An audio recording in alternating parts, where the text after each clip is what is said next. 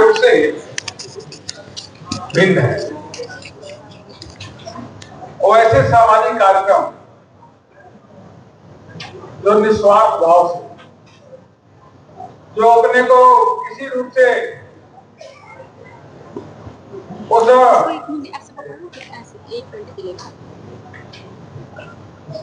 जिनका कोई अपना कुछ हित नहीं होता, दूसरे का हित होता है, सामाजिक काम करते हैं। ऐसे कार्य करने वाले हमारे बहुत ही सरल और बहुत ही विनम्र और बहुत ही सजग, जितनी बार मैं मिला हूं उतनी बार मुझको लगता है कि ऐसा सहज और सरल विनम्र व्यक्ति हमारे जगदीश यादव जी है। अगर ऐसा सहज और सरल व्यक्तित्व और सभ्य समाज प्रदान करे तो समाज में कोई जगह झंझट कोई विवाद ही नहीं होगा। हमेशा मुस्कुराते रहते हैं, हमेशा समाज की सेवा के लिए तत्पर रहते हैं, और जो समाज के लिए सेवा के लिए काम करते हैं, यह 11वां साल लगातार प्रकार से कार्यक्रम हो रहा है। सामाजिक कार्य जो करते हैं उनके ऊपर साक्षात रूप से ईश्वर की ही कृपा होती है, तभी इस प्रकार से निस्वार्थ भाव से कार्यक्रम करते हैं। सभी अपने अपने लिए काम करते हैं। हमारे इस मंच पे अभी जिनको हम सुन रहे थे, ऐसे वहां भी बहुत विनम्र ओजस्वी नेता, जमीन से जुड़ी नेता, लगातार गांव ढाणी में जा करके लोगों की सेवा करना, समाज की। ऐसे राजस्थान जो विधानसभा था उसकी पूर्व में डिप्टी स्पीकर थी आदरणीय संतोष यादव जी, और दिल्ली में थी बहुत ऊर्जावान ऐसे विधायक दीपक चौधरी अहिर जी,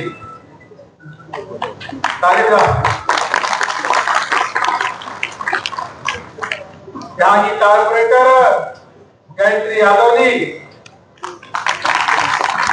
राकेश यादव जी, महेंद्र यादव जी जो दिल्ली के अध्यक्ष हैं, उसके साथ साथ हेमंत यादव जी, आप सभी का अभिनंदन करता हूं।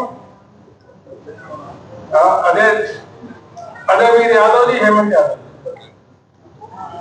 सबसे पहले तो छात्र जो हमारे युवक है, भारत के भविष्य है, जिन्होंने यूपीएससी सबसे कठिन परीक्षा कोई होती है तो यूपीएससी की जो परीक्षा में उत्तीर्ण हुए हैं, उन सभी को ढेर सारी बधाई के साथ साथ शुभकामना देता हूं। शुभकामना इसलिए कि बदलते भारत की बदलती तस्वीर जो आज के दिन में आप देख रहे हैं, जो विकसित भारत के संकल्प को साकार करने के लिए हम आगे बढ़ रहे हैं, उस विकसित भारत के संकल्प का साकार होने में बहुत बड़ी भूमिका आपकी होने वाली है, क्योंकि आप समाज का भी नेतृत्व करेंगे। समाज क्या, तो उसके साथ साथ देश का वह भी नेतृत्व करने जा रहे हैं, और उससे बड़ा जिसका योगदान है, जैसा अभी पूर्व के वक्ता बता रहे थे, पूरी की पूरी पढ़ाई के दौरान जिस प्रकार से त्याग और तपस्या और अनेकों कठिनाइयों के बावजूद भी जिनके माता पिता के मन में यह संकल्प रहता है कि हम कितनी भी परेशानी करें लेकिन मेरा बच्चा परीक्षा में पास हो, तो कोई असुविधा न हो, उन त्याग और तपस्या करने वाले ऐसे सभी जो देवतुल्य माता पिता है, उनका मैं हृदय से अभिनंदन करता हूं, आभार व्यक्त करता हूं। उन्होंने जो संस्कार दिए वह बहुत ही ये यादव जी जो आपने सारी बात बताई उसको दोबारा रिपीट करने की जरूरत नहीं, और दिल्ली सरकार में बहुत सालों से बीजेपी का चीफ इस आयोग को मिलना चाहिए। बहुत लोगों ने आवाजें उठाई, बहुत बार बात किया गया, लेकिन ओबीसी जो आयोग है उसको संवैधानिक दर्जा देने का काम कोई किया, तो देश के प्रधानमंत्री जी जो ओबीसी समाज से आते हैं, वह नरेंद्र मोदी जी ने, और उसी प्रकार से ओबीसी समाज को अधिक से अधिक प्रतिनिधित्व मिले, जो आपने जैसा बताया नौकरी से लेकर राजनीति अलग अलग क्षेत्रों में उस दिशा में आगे बढ़ते हुए जो कहा ही नहीं बल्कि जाति जनगणना की घोषणा के साथ साथ उसको कैबिनेट से पारित कराने का कोई काम किया तो देश के प्रधानमंत्री नरेंद्र मोदी तो सब करते हैं लेकिन उसको करने का काम। देखिए अभी भारत की तस्वीर लगातार बदल रही है बहुत तेजी से। आज ही मैं देख रहा था कि किस प्रकार से भारत नई ऊंचाइयों पर बढ़ रहा है। पहले हम लोग कहते थे सबसे बड़ी नदी कौन सी है, सबसे ऊंचा पहाड़ कौन सा, सबसे लंबी सड़क कौन सी है, तो किसी में अलग अलग जो है देश का नाम होता था। लेकिन आज ही का दिन देखिए हम कर सकते हैं कि सबसे ऊंचा रेलवे का पुल कोई बना है जिसका आज उद्घाटन हुआ है तो भारत के खिलाफ नदी। गूगल में टाइप करेंगे तो यह हम सबको सौभाग्य प्राप्त होगा। उसी प्रकार से सबसे लंबी टनल 2 लाइन वाली वो अभी अटल टनल कहीं है तो अभी भारत के प्रधानमंत्री जी ने उसका उद्घाटन किया। भारत में कहने का मतलब होगा कि सबसे अगर विकास के मामले में सबसे ऊंचाई पे अगर हम गणना करेंगे तो भारत का ही नाम आएगा। और यही कारण है कि आज भारत के जो विकास दर है जीडीपी है पिछले 3 सालों से लगातार सबसे तेज गति से चलने वाले विकास कहीं की गति है वो भारत की है और 34 साल भी होने वाला है। आज भी आरबीआई ने कहा कि विश्व के सभी देशों में सबसे तेज चलने वाली अर्थव्यवस्था कोई रहेगी तो भारत की रहेगी। तो सामान्य सी बात नहीं है। जब अर्थव्यवस्था सबसे तेज गति से चल रही है तभी तो सड़कें भी बन रही है, ट्रेन के नए नए पटरी भी बिछ रहे हैं, पोर्ट भी बन रहा है, एयरपोर्ट भी, पोर्ट भी इत्यादि विकास के चारों ओर देखिए विकास की गंगा बह रही है। पहले कभी भी जाते थे देखिए जयपुर जाना हो, मेरठ जाना हो, अलग अलग स्थानों पे जाना हो तो घंटों घंटों लगते थे। लेकिन आज जिस प्रकार से एक्सप्रेस वे बन रहे हैं, पहले 2.5 लाख करोड़ रुपए खर्च होते थे साल भर में जो इंफ्रास्ट्रक्चर के रोड के लिए, रेलवे के लिए। आज इंफ्रास्ट्रक्चर रेलवे के लिए, रोड के लिए, इंफ्रास्ट्रक्चर के लिए 11.5 लाख हर साल खर्च हो रहे हैं। 5 साल में मतलब अगर गणना करें तो 55 लाख करोड़ रुपए खर्च हो रहा है। उसी के कारण चारों ओर अगर आप जाएंगे इस प्रकार से विकास ही विकास दिख रहा है। और वही कारण है कि आज हमारे भारत के आर्थिक विकास बहुत तेज गति है। मतलब विश्व में सबसे तेज गति से कल्पना कर सकता था कोई ये कहता है कि भाई 4थे 5वें 6ठे 7वें पे है सबसे तेज गति से। और देखते देखते इस प्रकार से जादू दिख रहा है जो भारत के युवाओं के द्वारा केंद्र सरकार की नीतियों के कारण जो एक तरीके से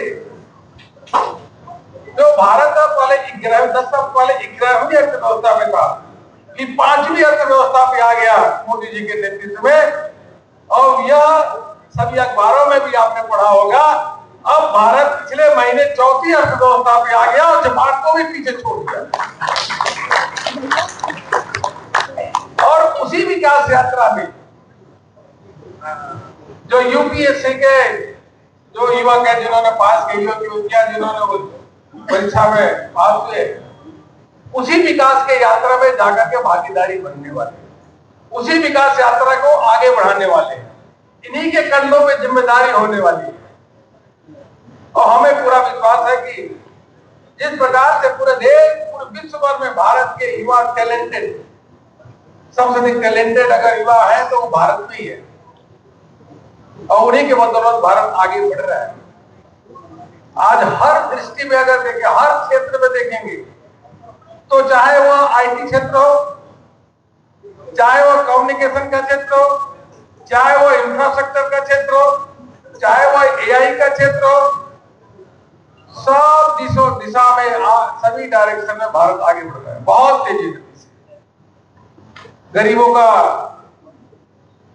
चौमुखा विकास हो रहा है, उनके लिए अनेकों योजनाओं के माध्यम से किस प्रकार से उनका सर्वांगीण विकास, अधिक से अधिक सुविधा कैसे लोगों को मिलना चाहिए। आप बताइए, पहले गांव में जब बिजली नहीं आती थी बहुत सारे गांव में, तो गांव का युवक कैसे पढ़ता? बहुत सारे गांव में, अधिकांश गांव में स्वच्छ पीने का पानी नहीं मिलता था देश की आजादी के बाद। उसके कारण बहुत सारी बीमारी होती थी। माताएं वाले जाकर के पानी ले आती थी, 2-2 दिन रख करके पानी उसको घर में लोग उस पानी को पीते थे, और जो शहर में भी आते थे वह भी पानी प्रदूषित होते थे। लेकिन यह मोदी जी का संकल्प कि नहीं, स्वच्छ पीने का पानी देना है जिससे लोगों की बीमारी न हो, और बीमार व्यक्ति नहीं होगा, बीमार परिवार नहीं होगा, तभी तो वह पढ़ेगा, तभी तो देश के विकास में अपना योगदान दे पाएगा। देखते देखते 14 करोड़ घरों में नल से जल के माध्यम से शुद्ध पीने का पानी पहुंचाया जा चुका है, और 2027-28 तक एक भी घर ऐसा नहीं बचेगा जहां शुद्ध पीने का पानी न मिले। यह संकल्प ऐसे ही लोगों को बीमारी ना हो, क्योंकि हम सब जानते हैं कि एक घर में एक व्यक्ति बीमार हो जाए, अगर घर का मुखिया बीमार हो जाए, घर में अगर उसकी माता जी बीमार हो जाए, मुखिया, बच्चा भी कैसे पढ़ेगा?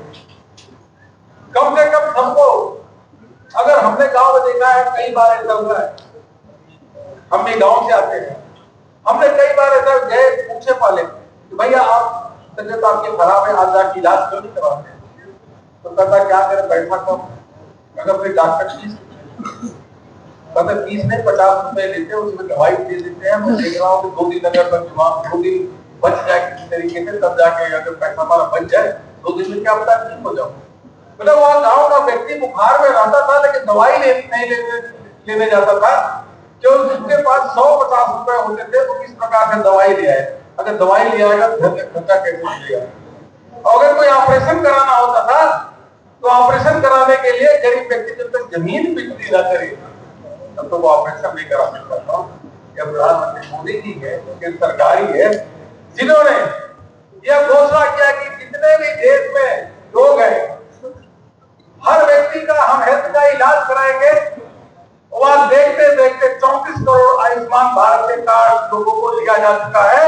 5 लाख का इलाज मुफ्त में हो रहा है, चाहे सरकारी जाए या प्राइवेट।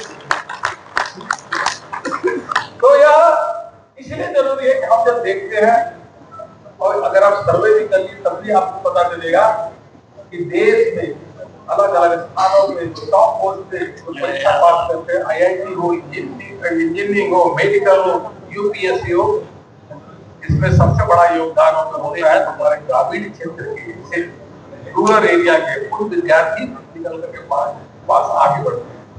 तो कल्पना करिए कि अगर यह सुविधा, बेसिक सुविधा मिल जाए जो मिल रही है, तो भारत की युवा किस तेज गति से अपना प्रतिभा को दिखाएंगे। इसलिए यह जरूरी था, और इन सभी दिशा में काम हो रहा है। और आज के इस उत्सव के दिन जो हमारे UPSC के लोग, जो UPSC में जो उत्तीर्ण है, उनके सब परिजन भी है यहाँ पे, उनका भी मैं बधाई के साथ अभिनंदन कर रहा हूँ। लेकिन जरूर एक ही चीज उम्मीद करूंगा कि UPSC में जो विद्यार्थी पास होते हैं वो सामान्य नहीं, उनके पास समाज की जुड़ करके समाज सेवा का सबसे सर्वोत्तम उनके पास जिम्मेदारी रहती है, वो काम कर सकते हैं। इसलिए नौकरी तो करेंगे, कोई DM बनेगा, कोई SP बनेगा, कोई अन्य क्षेत्र में जाएगा, रेलवे में जाएगा, कोई IRS बनेगा, इनकम टैक्स में जाएगा, वह तो करेंगे। लेकिन हमारा मानना है कि आपकी पहचान एक अधिकारी के रूप में जरूर हो, लेकिन आपकी पहचान किस प्रकार से समाज सेवा, समाज में किस प्रकार से कुरीतियों को दूर करने में आपका योगदान रहे, राष्ट्र की सेवा में आपका योगदान रहे, आपकी जो पहचान है उस समाज सेवा और राष्ट्र सेवा के रूप में रहेगी, तो वही सबसे बड़ी आपकी भूमिका रहेगी। क्योंकि DM होता है, SP होता है, बहुत बड़ा बदलाव ले सकता है, समाज के दुख सुख को अगर दूर कर सकता है तो उसके पास अधिकार होता है, वो समाज के दुख सुख को दूर कर सकता है। इसलिए आपको सबको पूरा ढेर सारा अभिनंदन करता हूं। और जो हमारे जो राकेश यादव जी भी बैठे हैं। जगदीश यादव जी, आपकी पूरी टीम को कैसे अभिनंदन करूंगा, कैसा आपने काम जो आज यह सबको मैं देख रहा हूँ अलग अलग जगहों के स्थानों से, कोई राजस्थान का भी है, कोई बिहार के भी है, कोई उत्तर प्रदेश के भी है, अलग अलग स्थानों पे से बुला करके आपने यहाँ पे एकत्रित किया, सबको सम्मानित किया। और इस सम्मान के माध्यम से जो और जो बच्चे हैं उनको भी एक मैसेज जाएगा, समाज को भी मैसेज जाएगा कि नहीं, अपने बच्चों को और तरीके से पढ़ाए। तो आपका भी सम्मान करना इसलिए मैं सोचता हूँ कि जिस समाज सेवा के रूप में हमारे जगदीश यादव जी वो कार्य कर रहे हैं, और हम लोग को कभी अगर जिंदाबाद।